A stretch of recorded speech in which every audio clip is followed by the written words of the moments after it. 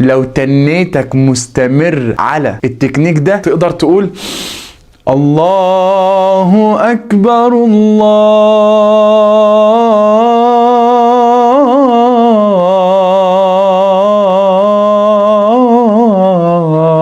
أكبر. قوم اقف معايا، افرد ظهرك عايزينك واقف عسكري، وخلي كتفك نازل تحت، وافتح بقك بمقدار صبعين من عند اسنانك. بعدين هتاخد نفسك من بطنك بس اللي هتتنفخ وانت بتاخد نفسك. مفيش حاجه هتحرك في جسمك، لا كتفك هيترفع وانت بتاخد نفسك، ولا صدرك هيطلع كده، ولا اي حاجه هتحرك. احنا هنسترخى خالص، هنخلي جسمنا في حاله استرخاء وننفخ بطننا واحنا بناخد نفسنا. يعني بص،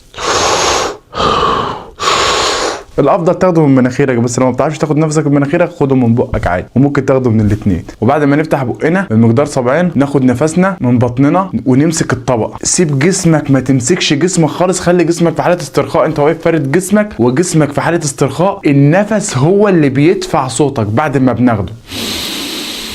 ها، تعالى بقى على دي بقى، وقوم جاي قال ايه؟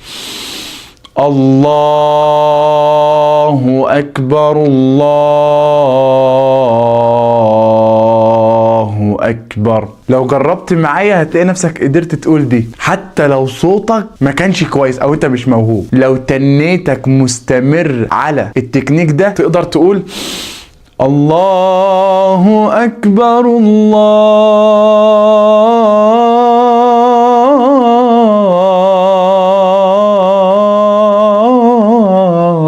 الله أكبر طول ما انت بتستمر. ولكن ده هتيجي بعد فترة. باللي انت عملته ده قدرت تخرج التشريح اللي ربنا خلقك بيه، نبرة صوتك انت ما بتقلدش حد. غير كده لما هتسايب جسمك هتلاقي نفسك بتجيب الطبقة اللي انت مرتاح فيها. ها، الله اللي انت مرتاح فيها. تمام. لو انت صوتك مش كويس وعايزني اساعدك، شوف اللينك اللي في البايو او اللينك اللي في اول تعليق.